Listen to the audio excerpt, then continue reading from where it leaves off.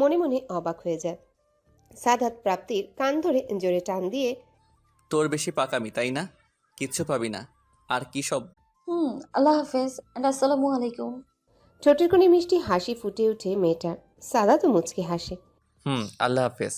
But হঠাৎ সামনাসামনি এর মতো সাজতে বারণ করবে আমায়? ধুর বোকা, একদম না। তুমি যাও, তোমার যেমন করে সাজতে ভালো লাগবে তেমন করেই সাজো। আর তোমাকে তো আমি বেশি গর্জিয়াস সাজিয়ে আমি গরু খাই না।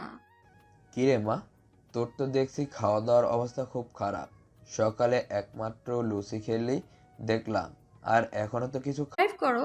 সাদাত ড্রাইভ করা শুরু করে। একটা প্রশ্ন করেছিলাম, উত্তর পাইনি এখনো। নওশিন তখনও কিছু বলেনি, শুধু মুচকি হেসেছিল। সাদাতও আর কথা বলেনি। ও থাক, ইচ্ছে হয়নি যাইনি। তুমি দ্রুত হাঁটো। আর তুমি ওকে রিদি রিদি করে কেন ডাকো? আপু বলবা। এই মায়া বুড়ি মাইয়া তোমার বয়সের তুলনায় দেখবা তুমি আপু ডাকলে বসে পড়ে নিজের চেয়ারে। এটা দেখে উপস্থিত সবাই হেসে ফেলে। নতুন বউ কোনো কিছু না বলে বরের আগে এভাবে হুড়হুড়িয়ে বসে পড়বে এটা কেউ ভাবেনি। তাই হাসাটাই চোখে বিনা কারণে যেন নওশিনের পানি এসে গিয়েছিল। সাদাত নওশিনের চোখে পানি দেখে ওকে জড়িয়ে ধরেছিল নিজের বুকে খুব শক্ত করে। এই মেয়ে কাঁদবি না একদম। মানব দেখতে সেগুলো দেখি। আশা পিক দেখছে, আর ওইদিকে তান্নার আগে সেন্টারের বাইরে চলে যায়, পেছন পেছন মুগ্ধ। কি হলো?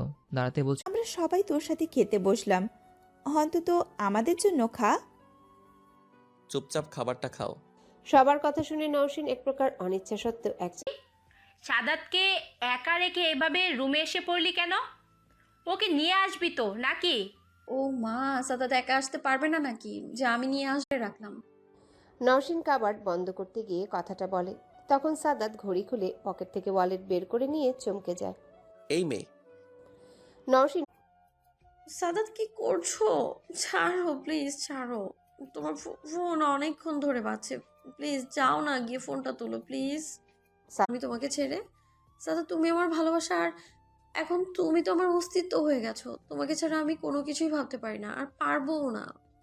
সাদাত নওশিন অনুভব করতে পারছে।